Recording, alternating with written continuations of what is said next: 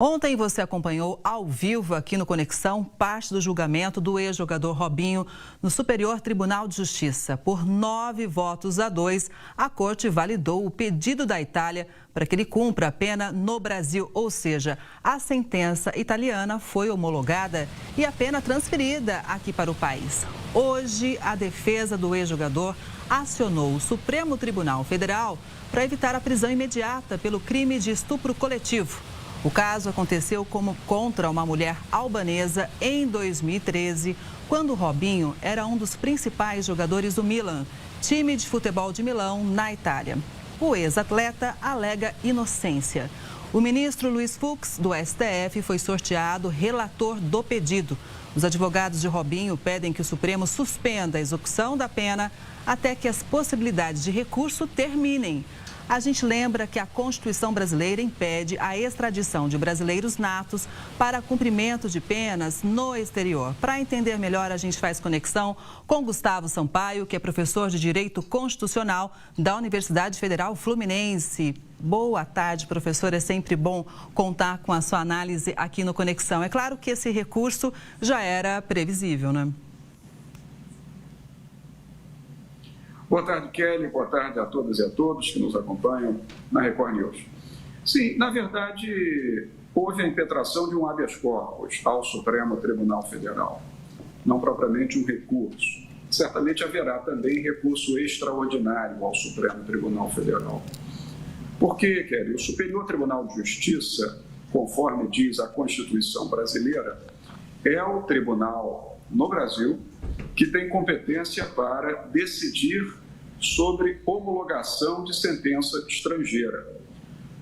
Uma sentença estrangeira é uma sentença proferida por uma soberania que não é a nossa. A sentença de lá não pode se aplicar automaticamente no Brasil, a não ser que o Superior Tribunal de Justiça a homologue. O que a defesa de Robinho alega é que lá na Itália teria havido violação ao devido processo legal durante o tempo em que ele foi processado e julgado sob acusação de crime de estupro e que também não se poderia cumprir a pena no Brasil, uma vez que o Brasil não poderia extraditar Robinho. Algumas alegações são apresentadas nessa manifestação ao Supremo Tribunal Federal. A questão é que, a princípio, recursos contra uma decisão de homologação de sentença estrangeira, Kelly, não tem efeito suspensivo. De maneira que, como o Superior Tribunal de Justiça determinou imediatamente que se iniciasse o cumprimento da pena de prisão de Robinho, e o STJ, para isso, expediu ofício à Vara Federal de primeira instância para que o juiz federal providencie os atos que levarão à prisão do jogador.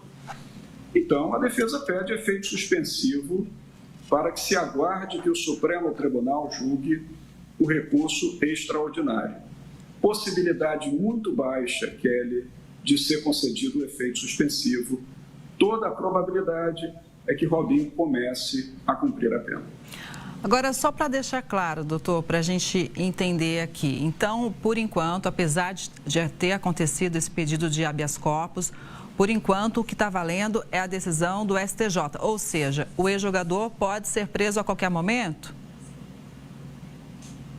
Pode sim, Kelly. Em verdade, ontem o Superior Tribunal de Justiça, ao decidir por 9 votos a 2 na sua Corte Especial, a Corte Especial é o órgão dentro do Superior Tribunal de Justiça que se compõe pelos 15 ministros mais antigos e é o órgão que homologa as sentenças estrangeiras.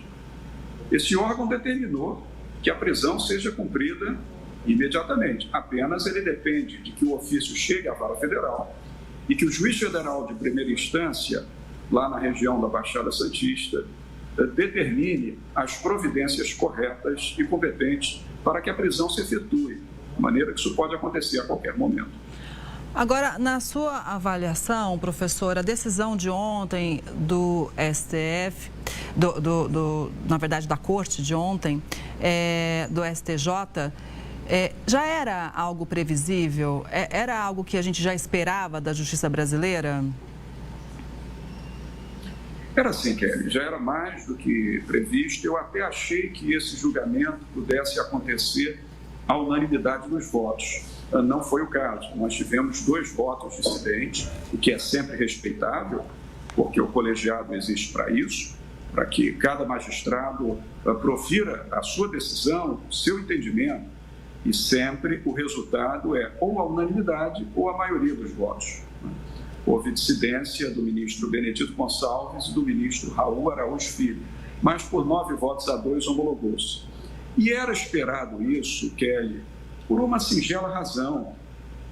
O Superior Tribunal de Justiça, ao julgar um pedido de homologação de sentença estrangeira, ele não faz nenhum juízo de mérito, compreende? A Justiça brasileira não estava ontem avaliando se Robinho terá sido ou não autor de um crime de estupro, se houve alguma circunstância qualificadora no estupro ou uma circunstância atenuante, se haveria uma causa de aumento de pena ou de diminuição de pena, se Robinho participou de um estupro coletivo ou individual. Não foi isso que o Superior Tribunal de Justiça julgou antes, e nem tem autoridade para fazê-lo, uma vez que a decisão é uma decisão proferida pela Justiça italiana. O que o Superior Tribunal de Justiça se restringiu a fazer foi se a sentença estrangeira poderia ou não ser cumprida no Brasil. Porque como é sentença proferida por juiz de outra soberania, é preciso observar se ela se adequa à ordem pública brasileira. Eu vou dar um exemplo aqui, Kelly, absolutamente singelo, um exemplo de manual, que é o seguinte: imagine que fosse uma sentença que condenasse alguém a uma pena não admitida no Brasil. Ora, o Brasil não homologaria essa sentença estrangeira. O que o Brasil verificou? Se na Itália o juízo tinha sido juízo competente, se tinha sido observado o devido processo legal, a ampla defesa e o contraditório lá na justiça italiana, porque o Brasil exige nos julgamentos ampla defesa, contraditório, e, portanto, se as condições formais na Itália tinham sido observadas, e se havia trânsito em julgado da sentença condenatória na Itália, o que se verifica, houve trânsito em julgado. Então, o Brasil, verificando que as condições formais estavam preenchidas, homologou a sentença estrangeira para autorizar o seu cumprimento no território brasileiro. Então, não houve nenhum julgamento de mérito por parte da justiça brasileira, compreende? Apenas um julgamento para dizer se a sentença de outro país poderia ou não ser cumprida no Brasil, e o STJ disse que sim, que ela pode ser cumprida por aqui. Agora, professor, com relação a esse habeas corpus que agora está para avaliação do ministro do STF, Luiz Fux, qual é o prazo médio que se leva para avaliar um pedido desse? Veja, Kelly, os prazos fixados ao juiz, ao magistrado, seja ele quem for, juiz na primeira instância, desembargador nos tribunais de apelação, ministro em tribunal superior, são prazos considerados prazos impróprios. Significa que o prazo é uma mera orientação, ou seja, o juiz cumpre na medida do possível, mas se for necessário mais tempo para decidir, ele pode levar mais tempo. Mas por se tratar de uma medida de urgência, e até por toda a repercussão que o caso toma na imprensa brasileira, na sociedade do Brasil, eu tenho certeza que o julgamento será feito com bastante brevidade. Tão logo possível, nós teremos acesso a uma decisão do Supremo Tribunal Federal. Agora, professor, vamos falar de um outro caso também de grande repercussão que a gente tem acompanhado de perto.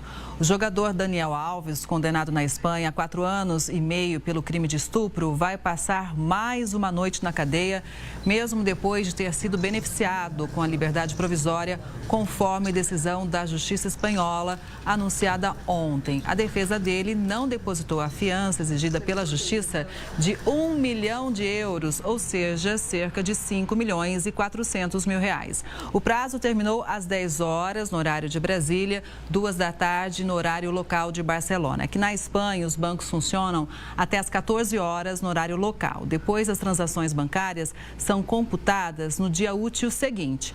Os advogados do ex-jogador garantiram que ele não vai fugir e que a residência de Alves é em Barcelona. Ele deve entregar os passaportes brasileiro e espanhol e comparecer semanalmente ao tribunal. O Ministério Público recorreu da decisão e quer um aumento da pena em regime fechado. A advogada da vítima também afirma que vai recorrer da decisão, uma decisão que tem sido criticada por várias entidades mundo afora, professor.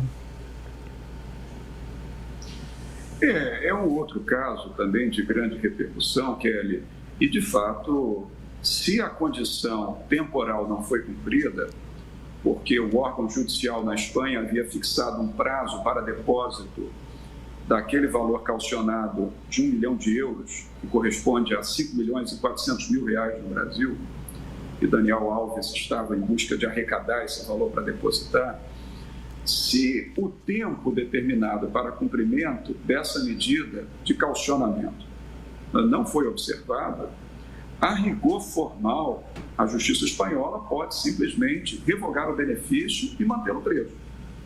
Mas a Justiça Espanhola também tem autoridade para, eventualmente, compreender que, por conta de uma questão de funcionamento de horário do sistema financeiro nacional na Espanha, por conta de uma transação bancária ter sido computada só para o dia seguinte, pode a Justiça Espanhola reconhecer a validade do benefício e mantê-lo, portanto, nessa liberdade provisória, enquanto ele aguarda o julgamento definitivo do recurso interposto à Corte Superior, à Corte de Apelação, porque condenado em primeira instância ele já foi, há cerca de 4 anos e meio de reclusão. É que, em verdade, o próprio Ministério Público, a promotoria, alega que o certo teria sido uma pena igual ou superior a 9 anos de reclusão, que seria mais ou menos a pena equivalente à de Robinho na Itália, não é, Kelly? Então, agora nós temos que aguardar para nos certificarmos sobre como vai se comportar a Justiça Espanhola no sentido de reconhecer ou não esse atraso no pagamento dessa fiança e assim tomar-se a decisão. Mas é claro que é um caso de muita repercussão, Kelly. Nós vivemos um tempo de grande transformação no mundo, transformações em grande medida positivas, e existe hoje muita sensibilidade da opinião pública com os crimes contra a dignidade sexual, que aqui no Brasil se chama de crimes contra a dignidade sexual, como, por exemplo, é o caso do crime de estupro, né? Então, necessariamente, uma resposta dessa gera o quê? Clamor público, uma reação pública imediata. Muitos estão achando que a pena imposta em primeira instância teria sido uma pena branda para o caso. Outros não, outros acham que é uma pena justa. É claro que isso varia um pouco, é preciso notar, de acordo com a lei de cada país, Kelly. Nós estamos falando de um julgamento ocorrente na Espanha. Cada país é soberano para ter o seu ordenamento jurídico e combinar as penas aos crimes de acordo com sua legislação. Pois é, vamos seguir acompanhando os dois casos, tanto do Daniel Alves quanto também do Robinho. Professor, boa tarde, muito obrigada pela análise e até a próxima. Boa tarde, Kelly. Bom jornal para você. Boa tarde a todas e a todos na Record News. Obrigada mais uma vez.